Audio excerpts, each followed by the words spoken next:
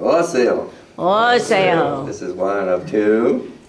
This week is coming up. It's a national observation called Thanksgiving Day. And I'm going to have some things to say about the bird that everybody is dining on.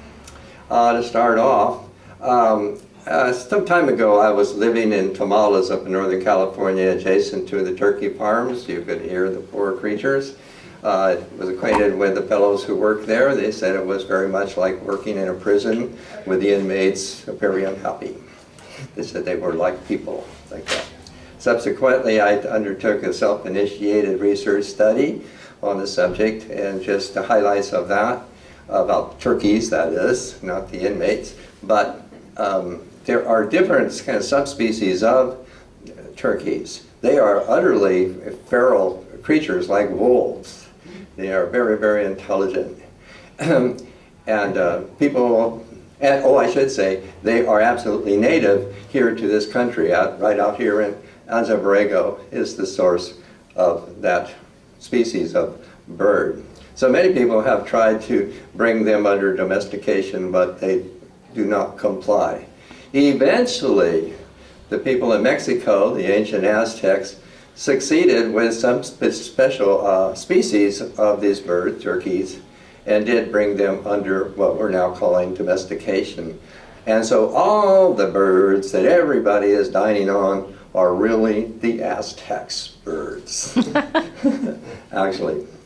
Now, I've spent a lot of time in classrooms all the way from preschool to college classrooms. I've been sponsored in Nevada by several Sierra Foundation grants, and here in this city, I'm artist in residence is usually my title, and here I was contracted under the Visual and Performing Arts. So, but I'm saying all of that is that whenever I'm in the classroom around this time, I give lessons about it, and that's what some of this is today.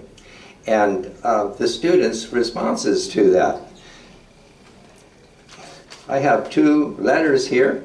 This is from fourth graders, following exactly after I've given one of these, quote, lessons that involve language and the topic of Thanksgiving and so forth. So let's get right to it. The student is writing. Thanksgiving. Nowadays, people have many points of view on Thanksgiving, but the lesson we just had changed my whole point of view. Before this lesson, on my point of view was, on Thanksgiving, it's just a time for a total rush hour. But back to the lesson. First, we learned a bunch of words that had meanings to this holiday. Then we learned of Sanskrit, a cool language that is a base to all languages. It started in India. Then finally, we learned about Dharma. It now means law. But now my point of view changed to, on Thanksgiving, is a time for the soul to elapse in and spend time with family.